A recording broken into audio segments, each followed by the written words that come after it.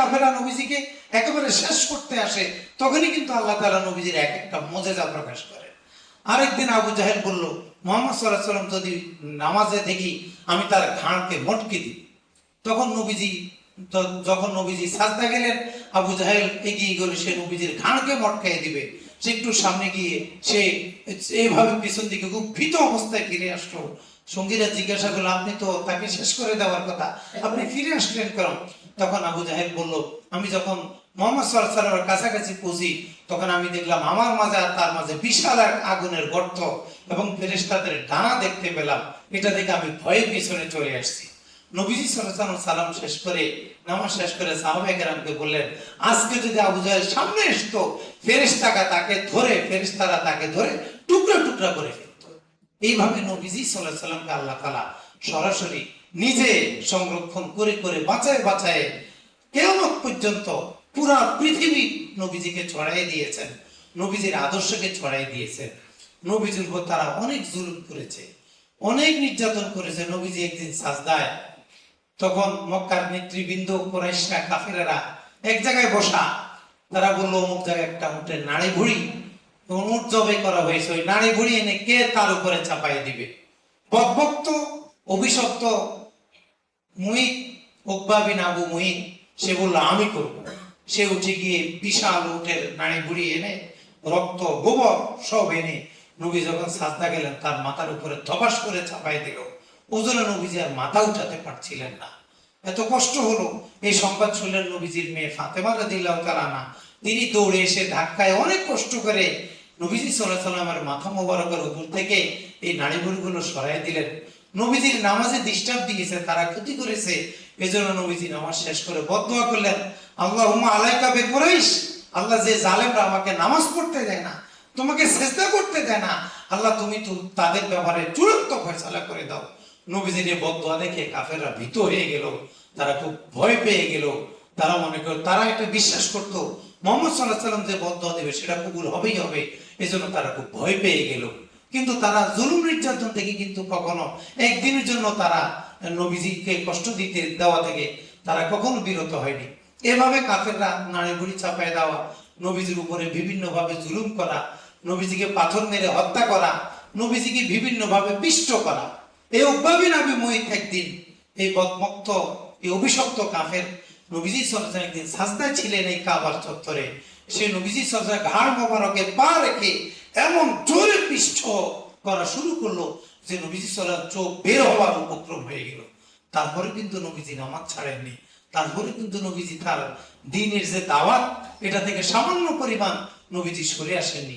নবীজিকে আল্লাহ রাব্বুল আলামিন যে আদেশ করেছেন পুরোটাই নবীজি পূর্ণরূপে বাস্তবায়নের জন্য চেষ্টা করেছেন। রাসূল সাল্লাল্লাহু আলাইহি ওয়াসাল্লামকে যখন জুলুম নির্যাতন করা হতো, বিভিন্ন সাহাবী বিভিন্ন ভাবে এগিয়ে আসতেন। মক্কার সাহাবায়ে কেরামের মধ্যে কিছু স্তর ছিল, ক্যাটাগরি ছিল।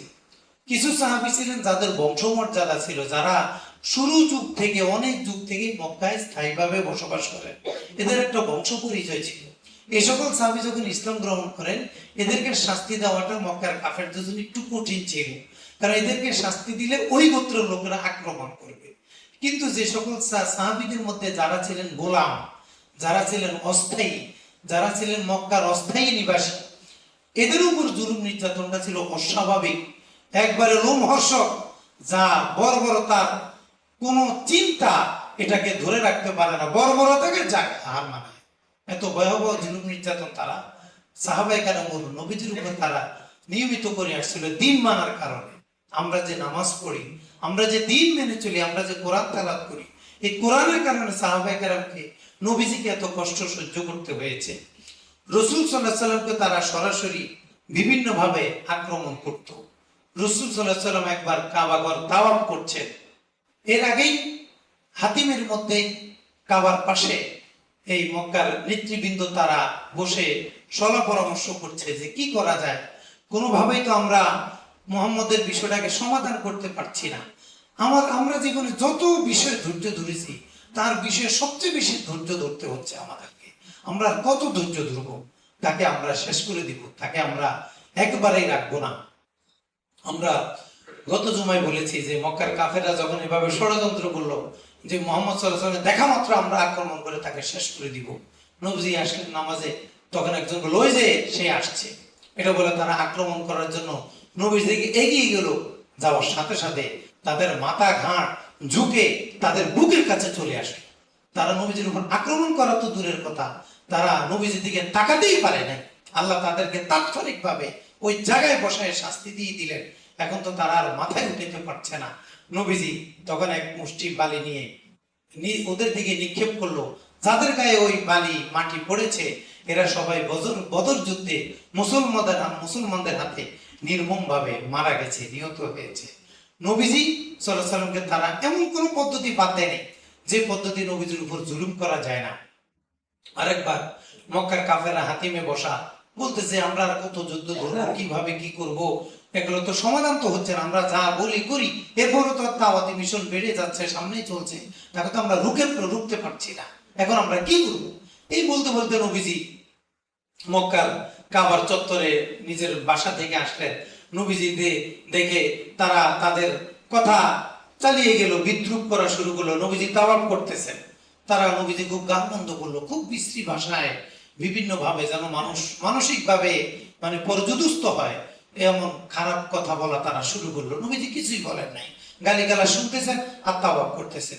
দ্বিতীয়ত হবে আবার তাদের পাশ দিয়ে যাওয়ার সময় তারা আবারও বকাঝকা করলো।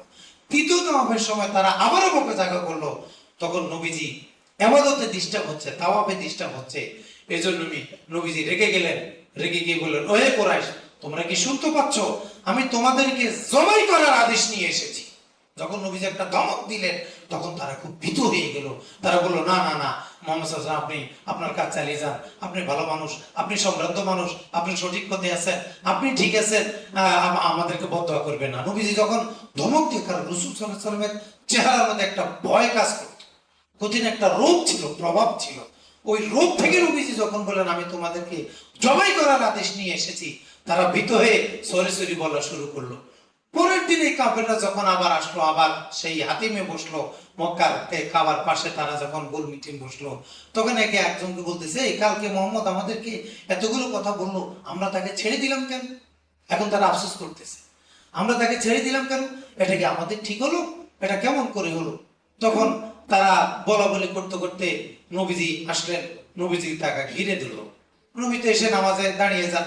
নবীজিকে বললে এই তুমি কি আমাদের দেব দেবীর বিরুদ্ধে বলো? তুমি কি আমাদের মুরব্বীদের পাপিষ্ঠ বলো, গুনাহগার বলো? তুমি কি তাদের বদনাম বলো? হ্যাঁ বলি। নবীজি বললেন বলো। তারা ঘিরে দিল। একভাবে কথা বলতে বলতে নবীজি দাঁড়ায় গেলেন। নামাজে দাঁড়ানোর পর সেই ওব্বাবিন আবু মুঈন সে একটা কাপড় দিয়ে নবীজির গলা পেঁচায় দিল। পেঁচায় খুব জোরে টান দেওয়া শুরু করলো। টান দিতে নবীজির চোখ দম আটকে যাওয়ার মতো উপক্রম হলো। আবু বকর রাদিয়াল্লাহু তাআলা আনহু তিনি দেখে তাড়াতাড়ি এসে উকবা বিন আবু মুঈনকে ধাক্কা দিয়ে ফেলে দিলেন। ধাক্কা দিয়ে ফেলে দেওয়ার পরে এবার সবাই বলতেছে এই ওকে ছাড়ালো কে? আমরা তো মেরে ফেলতাম, মুহাম্মদ সাল্লাল্লাহু আলাইহি ওয়াসাল্লামকে মেরে ফেলতাম, তোকে ছাড়ালো কে? বলে যে পাগল আবু বকর। আবু বকর রাদিয়াল্লাহু তখন এই কথা বলছিলেন না, তাকতুলুনা রাজুলান, তোমরা কি এমন ব্যক্তিকে হত্যা করছো? আইয়াকুল রাব্বি আল্লাহ, যে বলছে আমার রব আল্লাহ, আল্লাহ আমার রব, এই কথা যে বলে তোমরা কি তাকে হত্যা করছো? তোমরা কেন তাকে হত্যা করছো? এটা বলে আবু বকর উকবা বিন আবু মুঈনকে ধাক্কা দিয়ে ফেলে দিলে ওই জুলুম থেকে নবীজি সাল্লাল্লাহু আলাইহি ওয়াসাল্লাম রক্ষা করার চেষ্টা করলেন। উবাই বিন খালাফ জুমাহি এক কাফের, সে একটা ঘোড়া লালন পালন করত এবং তাকে খুব হৃষ্টপুষ্ট করার জন্য পর্যাপ্ত পরিমাণে খাবার দিত এবং সে বলতো এই ঘোড়া চড়ে আমি মুহাম্মদ সাল্লাল্লাহু আলাইহি ওয়াসাল্লামকে হত্যা করব। সে এই জন্যই ঘোড়াটা পালত। তাদের মানে টার্গেটটা কত নিম্ন, মানে যে নবীজিকে মারার জন্য সে একটা ঘোড়া লালন পালন শুরু করে দিয়েছে। নবীজি সাল্লাল্লাহু আলাইহি ওয়াসাল্লাম যখন শুনলেন যে উবাই বিন খালাফ জুমাহি সে নবীজিকে হত্যার জন্য, মেরে ফেলার জন্য একটা ঘোড়া লালন করছে, নবীজি বললেন ইনশাআল্লাহ আমি তাকে হত্যা করব। উহুদ যুদ্ধের দিন এই ঘটনা ঘটেছে।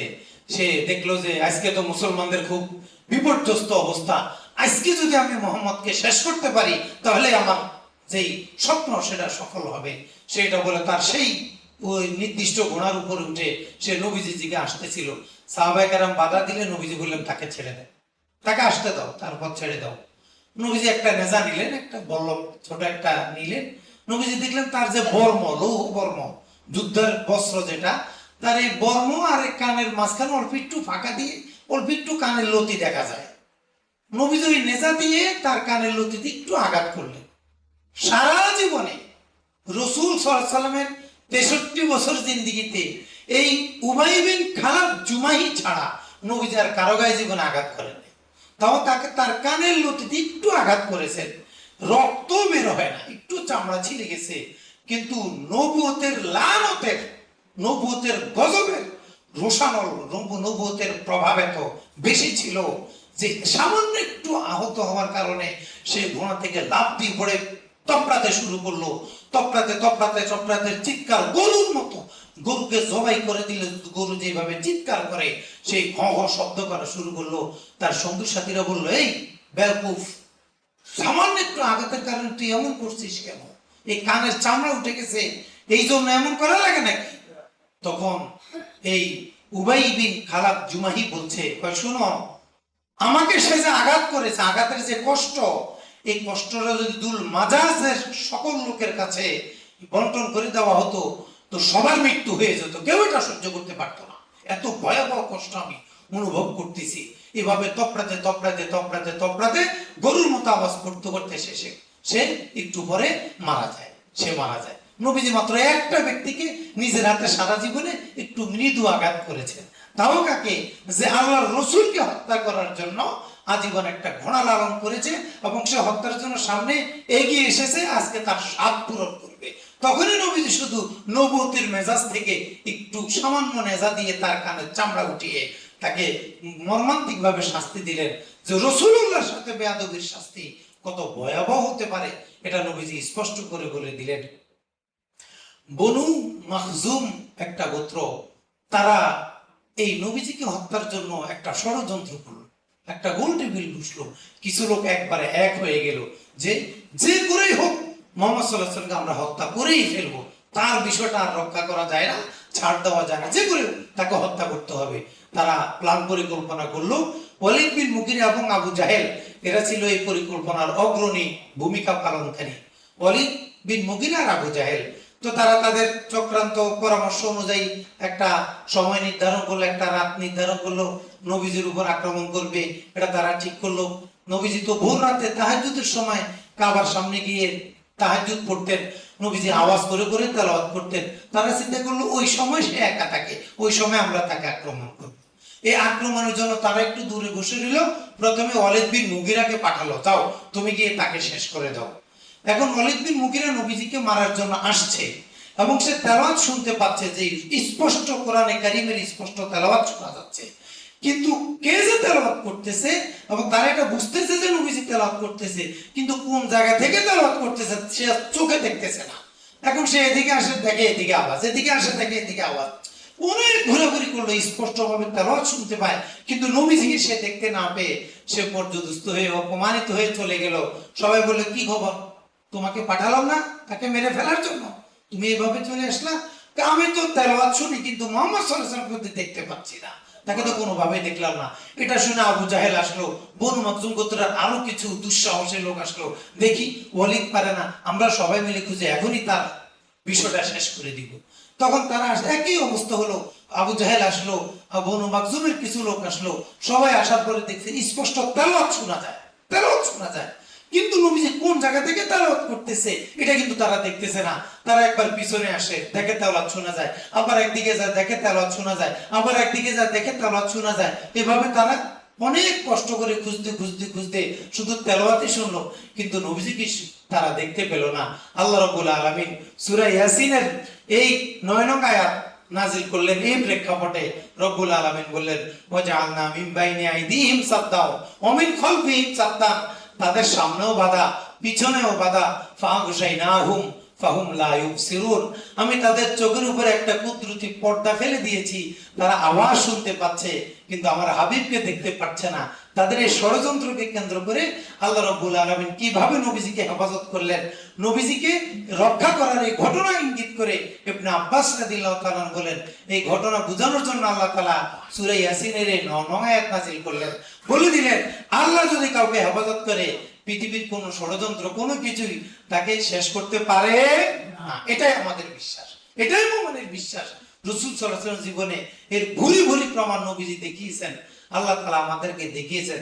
নবীজিকে তারা বিভিন্ন ভাবে হত্যার চেষ্টা করত। হারেস, নজর বিন হারেস আরেক বেয়াদব, সে সব সময় নবীজিকে কষ্ট দিত, কিভাবে ক্ষতি করবে আবু লাহাবের মতো সে একটা ষড়যন্ত্র খুঁজত। একবার রাসূল সাল্লাল্লাহু আলাইহি ওয়াসাল্লাম ইস্তেনজার জন্য উজুন উপত্যকায় গেলেন, একটু দূরে গেলেন। ওই সময় তার টয়লেট ছিল না, তখন মানুষ চোখের অন্তরাল একটু দূরে গিয়ে ইস্তেনজা সারত। নবীজি ইস্তেনজার জন্য একটু উজুন উপত্যকায় গেলেন। সেখানে যাওয়ার সময় এই হারিস বিন নজর বিন হারেস সে দেখে ফেললো যে মুহাম্মদ সাল্লাল্লাহু আলাইহি ওয়াসাল্লাম একা বের হয়েছে। সে নবীজির পিছু নিল। পিছু নিতে নিতে নবীজি যখন কাছে আসবে, একা একা হবে, তখনই আরেকটু গহীনের ভিতরে চলে গেলে তখন সে নবীজিকে হত্যা করে শেষ করে ফেলবে। সে নবীজির পিছন ধরে চলছে, হঠাৎ সে দেখতে পাচ্ছে এক কালো বিষাক্ত নাগিনী সাপ তার মাথার উপরে ফোঁস করতেছে। এই ফোঁস থেকে সে পিছন দিকে ভয়ে তাড়াতাড়ি চলে আসে। দেখেন আল্লাহ তাআলা হেফাজত করে কিভাবে। এগুলো কিন্তু নবীজি সাল্লাল্লাহু আলাইহি ওয়াসাল্লাম এক একটা মুজিজা, প্রত্যেকটা কিন্তু এক একটা মুজিজা। আর মুজিজা কিন্তু নবীর ইচ্ছা হয় না, মুজিজা হয় কার ইচ্ছা? আল্লাহর ইচ্ছায়। বলেন মুজিজা আর কারামত কার ইচ্ছায় হয়?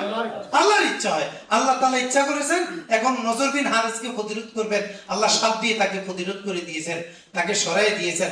হাকাম বিন আব্দুল হাকাম রাদিয়াল্লাহু তাআলা আনহু, তিনি আগে যখন কাফের ছিলেন তখনকার একটা স্মৃতিচারণ করছেন যে একবার আমরা মুহাম্মদ সাল্লাল্লাহু আলাইহি ওয়াসাল্লামকে নবীজিকে হত্যা করার জন্য ষড়যন্ত্র করে আমরা একবারে তার কাছাকাছি চলে আসছি, যে আজকে তাকে মেরেই ফেলবো আমরা।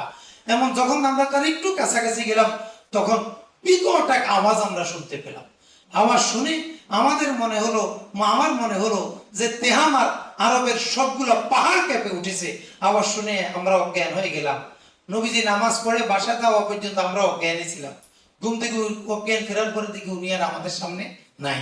তাহলে কখনো আওয়াজ দিয়ে, কখনো সাপ দিয়ে, কখনো আগুন দিয়ে, কখনো ফেরেশতাদের ডানা দিয়ে, কখনো উট দিয়ে আল্লাহ রাব্বুল আলামিন নবীজিকে সর্বদাই হেফাজত করে আসছেন।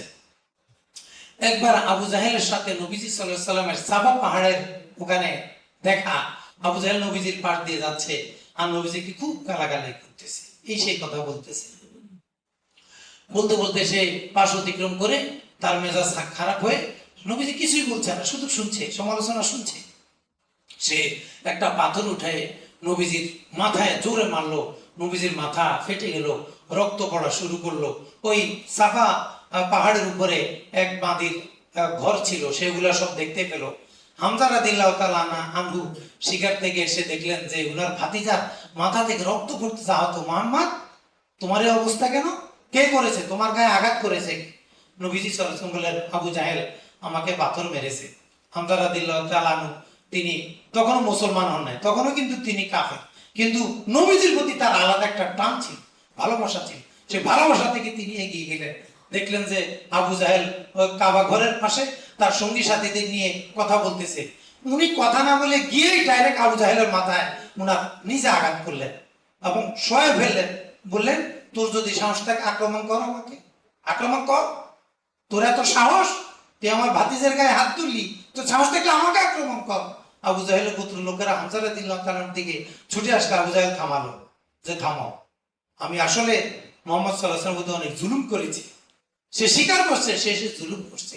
এইভাবে নবীজির প্রতি জুলুম, কখনো পাথর খাওয়া, কখনো পিষ্ট খাওয়া, কখনো নারী বুড়ি নেওয়া, এত জুলুম নির্যাতন সয়ে রাসূল সাল্লাল্লাহু আলাইহি ওয়াসাল্লাম কিন্তু আমাদের মাঝে ইসলামকে পৌঁছে দিয়েছে।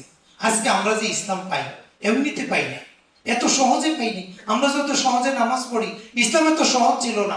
আমরা যত সহজে টুপিটা মাথায় দিই, জামাটা মাথায় দিই, মসজিদে চলে আসি, কিন্তু ইসলামের ইতিহাসটা এত সহজ না। সম্পূর্ণ রক্ত, জুলুম, নির্যাতনের ইতিহাস।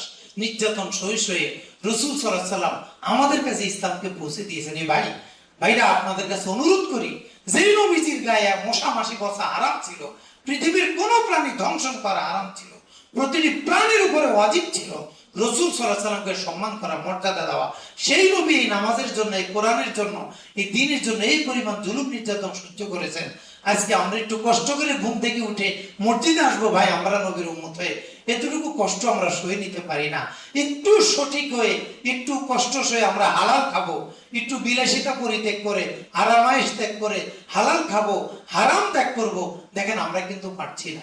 রসুল সাল্লাল্লাহু আলাইহি ওয়াসাল্লামের কষ্টের ইতিহাসগুলো যেন আমাদেরকে দিন মানতে সহজ করে, কোরআন মানতে সহজ করে, কোরআনের পথে চলতে সহজ করে। আল্লাহ তাআলা আমাদের সকলকে কোরআন সুন্নাহ অনুযায়ী জীবন যাপন করার তৌফিক দান করুক, আমিন। আসসালামু আলাইকুম ওয়া রাহমাতুল্লাহি ওয়া বারাকাতুহু। সকলে মেহেরবানি করে দাঁড়ান।